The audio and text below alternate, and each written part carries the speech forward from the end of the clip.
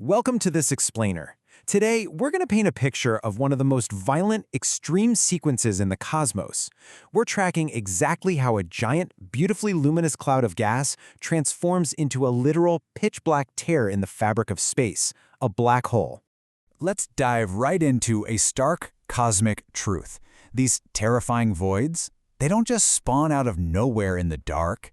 Picture this. They actually start their lives as ordinary stars, forming deep inside massive, brilliantly glowing nebulae. We're talking about enormous cosmic clouds of gas and dust, mostly made up of about 74% hydrogen and 24% helium, with just a little sprinkling of heavier elements. Now visualize gravity slowly pulling all that gas inward. As this massive cloud contracts over time, the temperature and pressure just completely skyrocket, forming a protostar. And eventually, the core hits a blistering 10 million degrees Celsius. 10 million! That exact threshold is the trigger. It sparks nuclear fusion and officially births a brand new star, instantly lighting up the surrounding space. This ignition kicks off an epic billion-year tug-of-war inside every single star. We call this hydrostatic equilibrium, and it's a fundamental physical battle that defines a star's entire existence. Just imagine it. On one side, you've got the crushing, relentless force of gravity trying to pull all of that immense mass inward. But then, on the other side, there's this incredible energy and pressure from nuclear fusion violently pushing outward. It's this continuous, delicate balance that keeps gravity at bay, well, at least as long as there's fuel to burn. You know, you might naturally assume that a really massive star, which obviously has vastly more hydrogen fuel than our own sun, would live a lot longer, right? Actually, the reality is the exact opposite. Because of that immense gravity we just talked about, massive stars have to frantically burn through their fuel just to maintain that internal equilibrium. So visually speaking, it's like a spectacular, rapid burn that gives them incredibly short, volatile lifespans of only a few million years. Contrast that with the incredibly peaceful 10 billion years our sun is going to enjoy. So as that giant star burns through its hydrogen, gravity starts winning the tug-of-war. It physically squeezes the core, making it hotter and hotter. The star actually swells outward, inflating into a massive red supergiant, kind of like Betelgeuse in the night sky. And to survive, it's forced to rapidly fuse heavier and heavier elements. You can literally see the progression if you look at the layers. It converts helium to carbon, then carbon to neon, neon to oxygen, oxygen to silicon, and finally, silicon to iron. And the crazy part? Each of these stages burns through its fuel significantly faster than the one before it. And that brings us to the ultimate star killer, iron. Iron is totally unique in the life cycle of a star. See, unlike all the lighter elements, fusing iron actually consumes energy rather than releasing it. It's a cosmic dead end.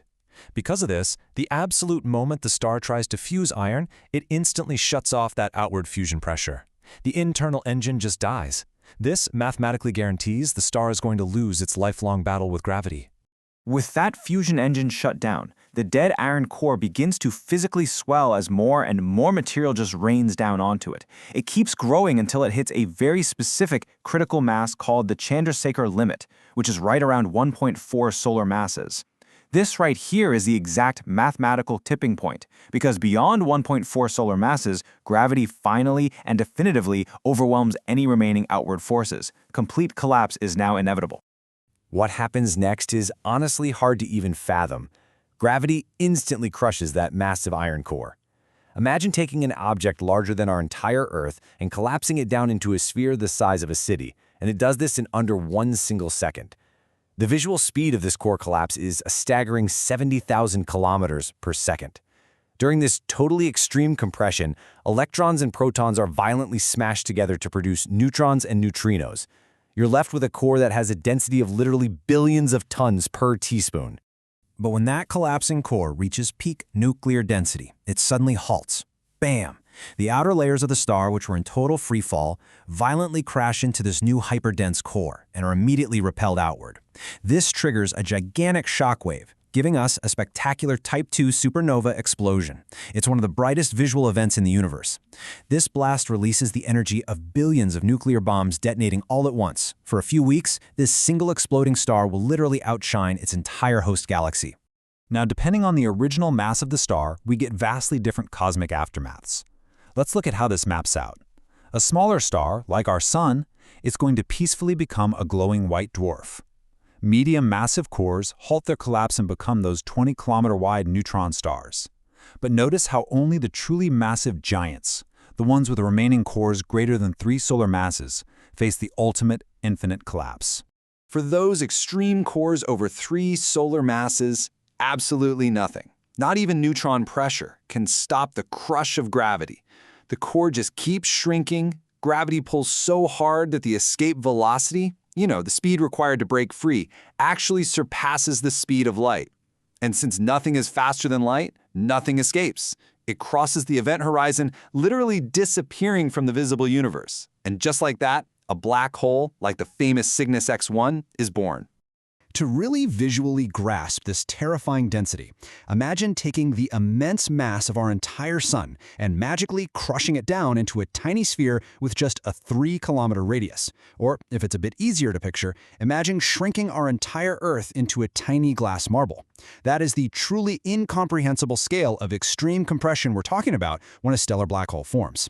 But the supernova blast that happens right before this dark fate isn't just a destructive event. It's a spectacular cosmic forge. The explosion forcefully scatters all these newly created heavy elements far across the cosmos. We're talking vast amounts of carbon, oxygen, calcium, iron, and even incredibly heavy elements like gold and uranium. They are blasted out into space, painting the cosmos, where they'll eventually mix with other gas clouds to seed brand new planetary systems.